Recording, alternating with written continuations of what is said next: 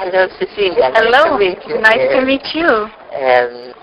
We are here from Cuba Democracia y Vida.org, to make an interview with you because you are launching your book, Senor Peregrino, in Sweden. And it's the first of, you have written many books. Mm-hmm. How many books have you written? 4. 4 books. And with great success, particularly in Norway. In Norway, yes. And it will be in Sweden. Yes. I am quite sure. I hope so. It's a beautiful book, Senor Peregrino, and we will talk about that, this book, and also about your background as a Cuban American. Yes. People to understand your books and your messages and what you want to say. Well, I have come here for my first time to Sweden, first to get to know a little bit the country and to have Swedish readers start to familiarize themselves with me. And I hope that my books will offer an insight into the Latin American culture. I am Cuban by birth, but I am very familiar with other cultures of Latin America because I have lived all of my life in Los Angeles. You live in Los Angeles? I live in Los Angeles now, and so there are many Latin Americans from different countries, Mexico and all countries of South America, as well as Cuba.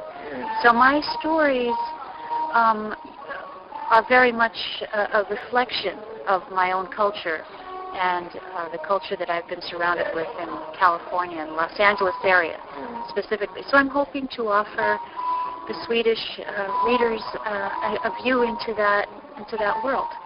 And that's what you essentially write about. Yes, yes. The Latin Americans in United States. The Latin Americans and the blend of cultures of the Latin American and the mainstream American, and focusing a lot on immigrant issues as well, and what it is, since I am an immigrant, what it is to live in a different country and some of the challenges. What you are also a psychologist in your profession, I heard. Yes. You're still doing this. Yes, that's still very much a part of my life. Are you particularly dedicated to Latin American people, or? I am because I will see, and I do have worked with people from all cultures. But because I speak Spanish, and there are very few Spanish-speaking mental health professionals, I really feel a calling to work with the Latin American community. Do you have your own counseling, or are you connected to a hospital? Well, I currently practice independently, but I have worked for various hospitals and programs, social service programs in the inner city of Los Angeles over the years. But currently, because of, in order to balance my work as a therapist as well as a writer, it's easier for me to work independently. Yeah. And when you look at the Latin American immigration problems, what do you see? Do you see, are they different from different countries? Absolutely, yes. The story of Senor Peregrino deals specifically with the Mexican immigration issue into the United States. The protagonist is a Mexican young woman.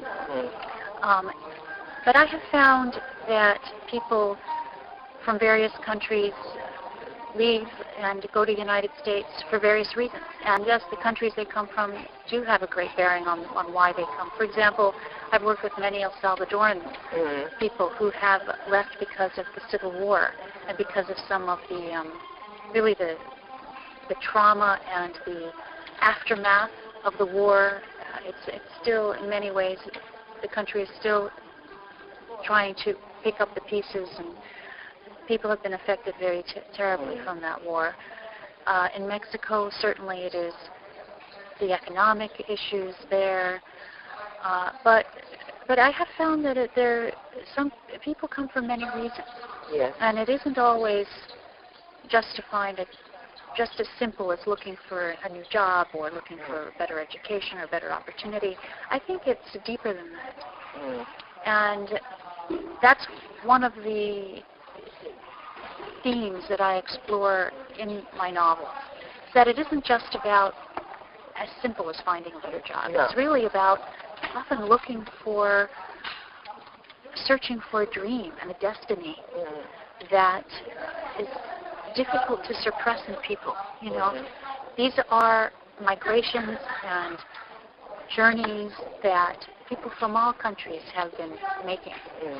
And when looking at the immigration issue in any country, and I know that there are issues here in Sweden as well, I think we have to remember that it isn't, there is a yearning that people have, that the human beings have deep in their soul to look for a better life for themselves and their families, and it's about fulfilling a destiny and a dream.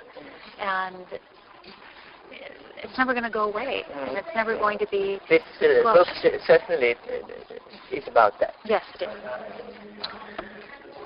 Well, I think that the message of the novel, there are many, but the one that comes to mind right now as we're talking is the transformational power of love and of friendship, and not just romantic love. No. Because I think in some ways the most powerful love in the story, although there are three very different... It's the friendship. It is the loving friendship that evolves between Jamilet and this cankerous old man, Senor Peregrino, and the trust that they have for each other that builds over time. And that heals her in a way. Absolutely. Her complex. Yes. Yes. The healing, exactly, that takes place. And the power of storytelling. And what... Yes. I just want to tell you that is... I also found that is the big theme of the book, the power of storytelling. It's a very nice idea. I love the idea. Thank you. Could I ask you about that? I mean, you are a very good storyteller yourself. Thank you. And a good storyteller. And you don't leave a book when you have opened it. You must read it to the last page. I wonder how did you start? How do you get your stories, and what is your inspiration? Where do you take your sources from, so to speak? Did you have parents or grandparents who were good storytellers, or did you read a lot, or is there any particular author or literature that has attracted you? What are your sources? Well, I did read a lot, of course, and I've always enjoyed reading and writing. But I have been blessed with a fabulous storytelling family. I think there are many people of my background. Cubans are almost by definition very good storytellers and talkers. But my grandfather, who was not a Cuban actually, he was born in the north of Spain, which is where much of the story takes place. Yes. And he was an incredible storyteller. And he told me stories about his life in the north of Spain. He was a sheep herder and a hunter. He was a sheep. Yes, he was very much like Senor Peregrino. And he is the one who introduced me to the power of storytelling by telling me his stories. And what he taught me really was that stories that are told with heart and with caring for who is receiving the story are the most powerful, are the most memorable, and are the ones that stay with you. So that's something that I think of every time I sit in front of the computer screen, as I remember my grandfather. I know that he's there with me as I'm writing my stories, and well, I'm grateful to him. And he was a wonderful, wonderful man. Is he around now? He died about go 20 with you to the States, or no? Yes, he left Cuba. He was able to leave Cuba. He left Spain.